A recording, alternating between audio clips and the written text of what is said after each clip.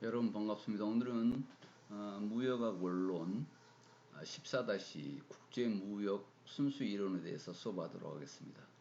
조금 무역 이론이 딱딱하긴 합니다. 그래서 여기는 무역학 원론이기 때문에 가장 기초적으로 여러분들이 이해하기 쉬운 내용으로 정리해 봤습니다. 국제분업과 무역에 대해서 이야기하고, 그 다음에 분업 이론 중에 비교우 이론, 그리고 국제분업론, 그리고 신고전학파 국제분업론에 대해서 여러분들이 쉽게 이해할 수 있도록 이야기해 보도록 그렇게 하겠습니다. 조금 딱딱하긴 한데요. 그러나 무역이 이런 이론에 근거해서 진행이 됐다는 내용을 여러분이 알아야 되기 때문에 진행을 합니다. 사실은 지금 교재에 관련된 내용은 수업이 다 끝나서 추가적인 내용을 지금 수업하고 있습니다. 그리고 이번 주는 이 세 개의 동영상을 보내고, 그 다음 주에는 첫 주에 1주차에 안 했던 내용들 다시 복습하도록 그렇게 하겠습니다. 국제분업의 의의와 무역 발생인데요. 국제 간의 자국의 적성에 맞는 상품 서비스를 특화 생산하는 분업이 이루어지고 있다, 이렇게 하는데요. 국제분업은 국제무역을 전제로 합니다. 그래서 각 나라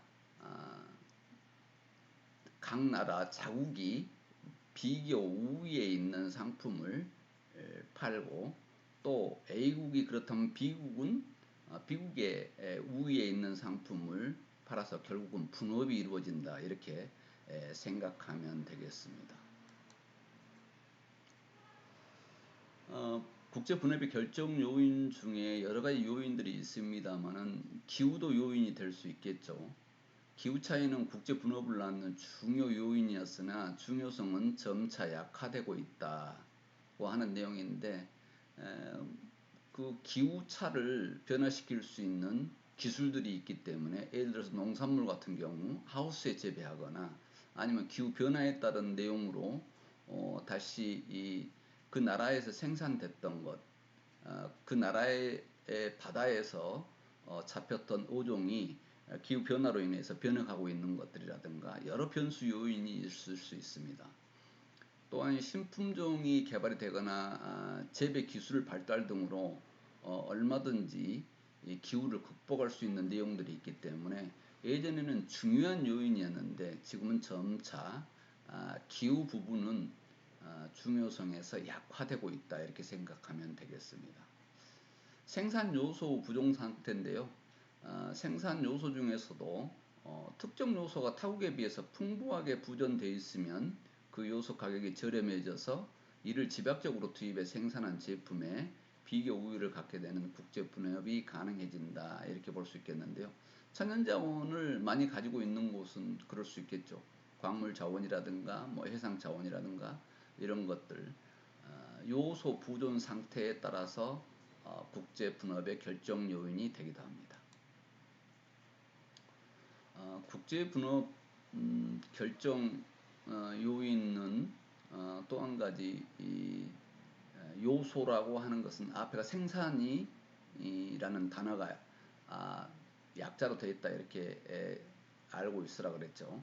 그러니까 요소가 토지, 노동, 자본재가 크게 3대 요소에 해당이 되는데요.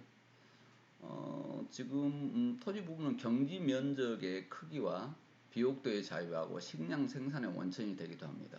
그래서 이건 후진국에서 굉장히 유리할 것 같았는데 의외로 또 예외적인 내용이 있습니다. 미국의 농산물은 굉장히 선진국임에도 불구하고 농산물 생산량이 장난이 아니게 일어나고 있죠. 그래 LA 쌀을 수입할 정도의 내용이 되니까 그렇다는 이야기입니다. 노동 경우는 아주 중요합니다. 노동의 질과 양의 자유되는데, 노동의 질이 높은 아주 고급 인력들이 있는 것도 엄청나게 중요한 내용이 되겠죠. 노동의 양은 일국의 인구 규모에 의존하는데, 노동 양으로 봤을 때는 인구가 많은 쪽이 유리하겠죠. 또한 인구가 많은 쪽이 꼭 그렇지는 않지만 대다수 인건비가 저렴할 수 있는 요인이 있습니다. 또 노동 후 질인데 노동자 건강, 교육, 훈련 수준 등에 의해 결정되는 그런 내용들이 있습니다. 그리고 자본제인데요. 돈이 많은 나라 유리하겠죠. 생산 증대와 생산 기술의 향상에 필수적인 내용이 될 수 있습니다. 왜냐하면 자본이 있어야 R&A 연구를 해서 더 좋은 상품을 만들어낼 수 있는 내용이 되겠죠.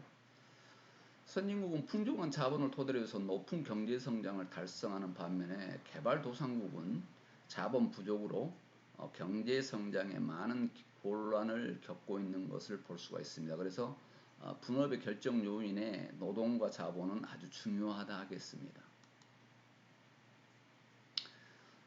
결정 요인이 기술 수준인데요.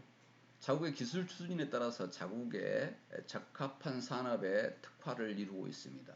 선진국은 신기술의 지속적 개발로 신제품 생산이 가능하죠.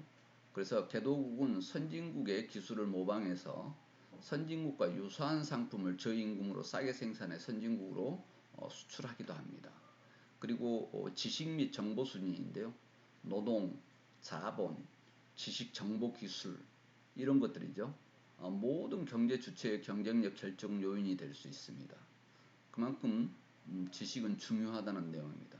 우리나라가 학력 수준이 세계 선진국의 웬만한 나라에 지지 않게 높습니다만은 보이지 않는 지식, 정보 기술이 앞선 이유가 그런 것에 영향을 받을 수도 있다 이렇게 하겠습니다.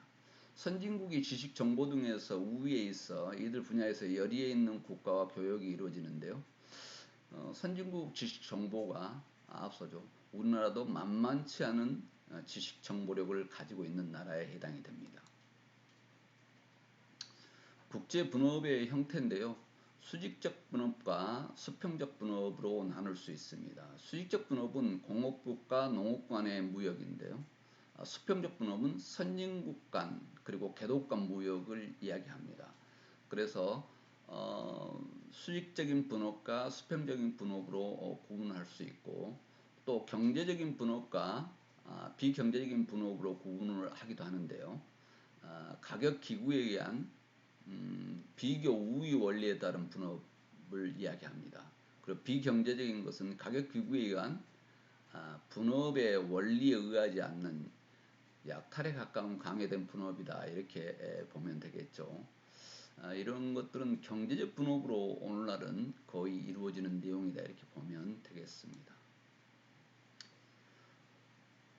무역 발생의 원인은 무엇인가 그리고 무역 패턴의 결정은 어떤 것들이 있는가 하는 것을 알아보도록 그렇게 하겠습니다. 국제 무역의 원인과 무역으로부터의 이익은 무엇인가 그리고 왜 무역이 이루어지며 무역이 그 국가에 어떤 이익을 가져다 주는가 이런 내용들이 무역의 발생 원인이 되겠습니다. 무역 패턴의 결정은 무역 패턴이 어떻게 결정되는가 하는 것들이겠죠. 그리고 어떤 상품을 수출하고 수입하는가 이런 것들입니다. 분업론의 발전 과정은 오늘 이번 주차 강의 중에 내용이 이번 14-2하고 14-3에서 나올 내용들을 한 표로 이렇게 만들어 봤습니다. 상당히 복잡하고 그렇습니다만 이런 발전 속에서 무역 분업론이 이루어졌다는 것을 한눈으로 먼저 여러분들이 보고 진행을 하는 것이 나을 것 같아서 표를 그려봤는데요.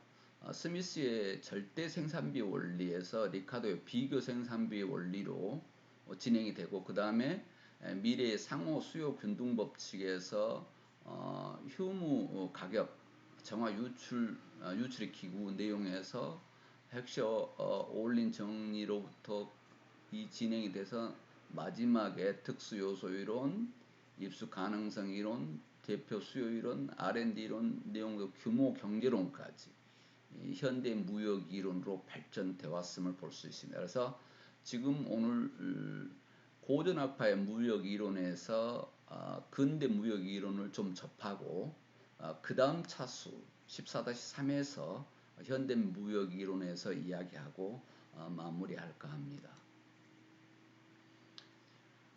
중상주의, 고전 무역 이론 중에 중상주의가 있었는데요.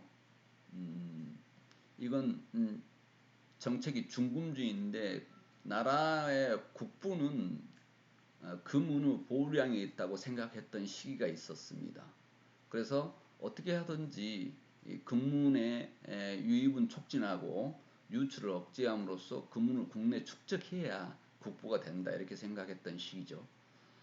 무역 차액추이 정책인데 재화 수출에 의해서 금은은 유입되고 수입에 의해서 금은이 유출된다는 생각을 갖고 있었습니다. 그래서 금은이 축적하지 못하면 나라 국부에 장애가 있다고 생각했던 시기죠. 중상주의는 국내 산업 보호주의 정책입니다. 국가의 이익은 타국의 희생을 통해서만 확보 가능한 것으로 믿고 있었다는 것이죠. 그래서 강력한 국내 산업 보호주의를 주장했던 시기입니다. 그래서 오늘날 높은 실업률을 시달리는 국가들이 국내 생산과 고용을 촉진하기 위해서 수입을 규제하려 함에 따라서 신중상주의가 부활하는 상황에 재부각되고 있는 고전 중상주의 내용입니다. 중농주의 시기가 있었는데요. 18세기 후반에 농업 중심 사상 정책이 있었습니다. 그래서 유럽에 잘 나갔던 나라들도 농업 중심 사상 정책을 갖고 있었던 나라들이 많습니다.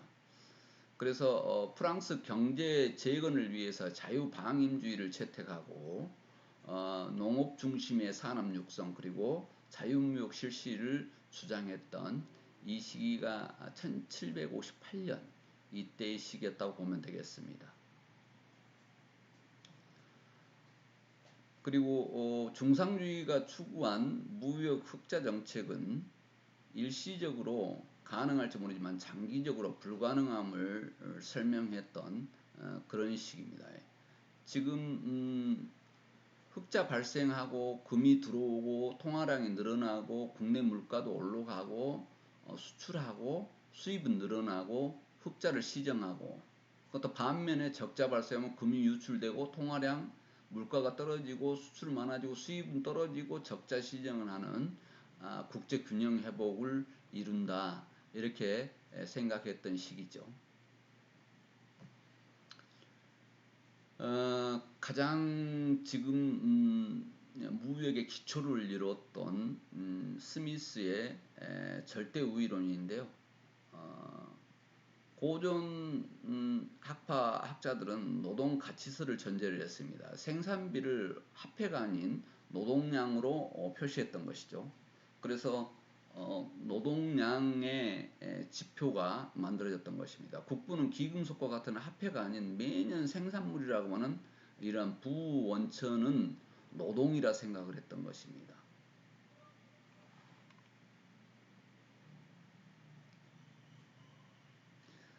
그래서 노동량으로 단위당 생산비는 재화 생산에 투입되는 노동량으로 결정되므로 보다 적은 노동량을 사용한 재화가 생산비 면에서 절대 우위에 있다고 생각을 했던 것이죠.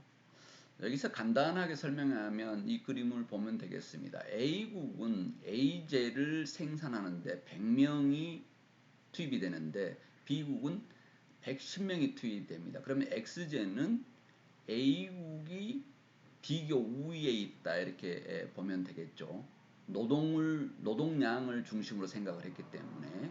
그리고 Y제는 A국은 120명이 투여되고 B국은 80명이 투여되면 한 제를 만들어내는데 한 단위를 만들어내는데 80명만 들어도 된다고 하면 노동량이 적게 들면서 할 수 있는 B국이 우위라 하겠습니다.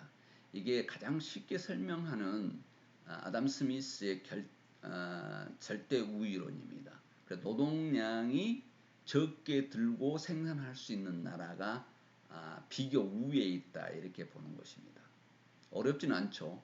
너무도 복잡하게 설명이 되어 있는데 쉽게 무역학 원론이기 때문에 쉽게 이해하기 위해서 이쯤으로 설명을 하도록 그렇게 하겠습니다.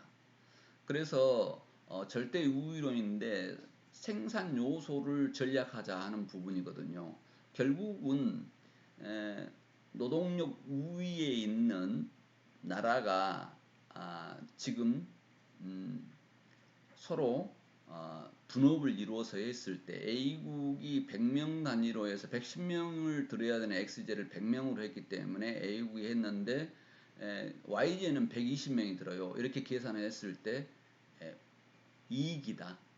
B국도 마찬가지로 자기 나라가 XJ, YJ를 같이 생산한 것보다 무역을 했을 때 더 이익을 얻을 수 있다는 내용을 여기에 계산으로 산식을 만들어서 설명을 해놨습니다.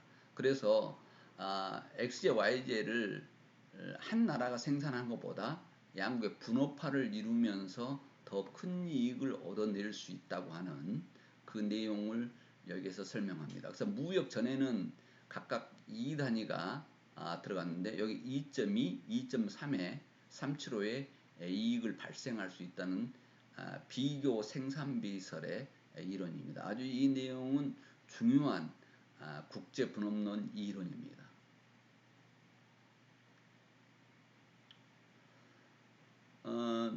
지금 아담 스미스의 절대 우위론은 국제 분업 원리를 통해서 무역의 발생 원인과 무역 이익을 규명해 보호무역의 타당성을 배경하고 자유무역의 이론적 기초를 제공하는 데 아주 큰 역할을 했습니다.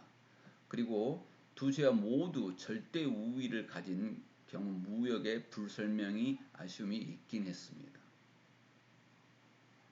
리카도의 비교 우위론인데요. 여기는 비교 생산비 차이를 노동 생산성 차이라고 이렇게 보는 겁니다. 두 재화 모두 유리해도 유리한 정도가 더 유리한 재화를 특화 생산하고 두 재화를 모두 분리해도 불리한 정도보다 덜 재화를 특화 생산해 교환 시 양국간 무역이익이 발생된다. 이 내용인데요. 지금 이 내용은 설령 약간 비교 우위가 있지만 그러나 똑같은 비교 우위 중에서 더 비교 우위가 유리한 재화를 특화 생산한 것이 이익이라는 내용입니다. 그래서 아담 스미스가 했던 내용에서 리카도가 한 번 더 진전한 내용이다 이렇게 생각하면 되겠습니다. 지금 여기에서는 B국은 A국에 비해 두 재화 모두 생산비 면에서 절대 우위에 있으나 우위 정도는 YJ가 더 크다 하는 내용이거든요. 그래서 비교했을 때 더 큰 것을 비교 우위에 유리한 것을 진행을 했을 때 상호 더 이익이 된다는 내용을 정리해 놓은 것입니다. A국은 XJ 생산에 특화 수출하고 대신 B국은 YJ를 수입하고 B국은 YJ 생산에 특화해서 수출하는 대신 A국의 XJ 수입을 하면 된다는 내용입니다. 그래서 어떻게 하면 더 비교했을 때 특화해서 생산을 한 것이 유리한가 하는 내용입니다.